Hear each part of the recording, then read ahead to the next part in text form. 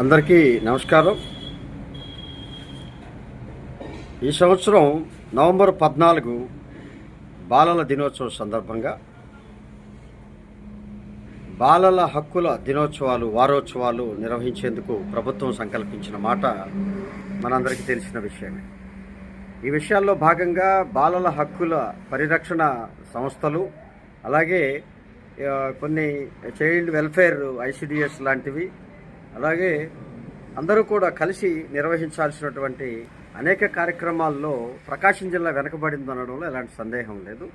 ఆ యొక్క ఏదైతే ప్రభుత్వ సంక్షేమ బాధ్యత వహించాల్సినటువంటి బాలల సంక్షేమం బాధ్యత వహించాల్సినటువంటి ఏ వ్యవస్థ ఈ 14 నుండి 20 వరకు జరగవలసినటువంటి వారోత్సవాల్లో అంతటి స్పష్టమైన ప్రమేయాన్ని కనిపించడం లేదు. ఎక్కడా కూడా ఆ యొక్క బాలల హక్కుల సంక్షేమాన్ని చైతన్యపరిచే విధంగా చర్యలు లేవన్నది మనందరం గమనించాలి. ఈ విషయంలో బాలల హక్కులానికి ఈ జిల్లాకి కలెక్టర్ గారు ఉన్నటువంటి చైర్మన్గా ఉన్నటువంటి ఈ అంశంలో కూడా కలెక్టర్ గారు ఒకసారి వీటిపై చర్యలు తీసుకోవాల్సినటువంటి అవసరం ఉంది.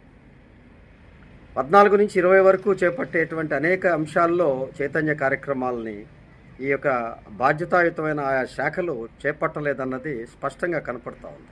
అక్కడక్కడ కొన్ని స్వచ్ఛంద సంస్థలు లేదా హై స్కూళ్ళు, ప్రైవేటు విద్యా సంస్థలు, ఎన్జిఓలు మాత్రమే చేపట్టినట్టు కనపడతా ఉంది.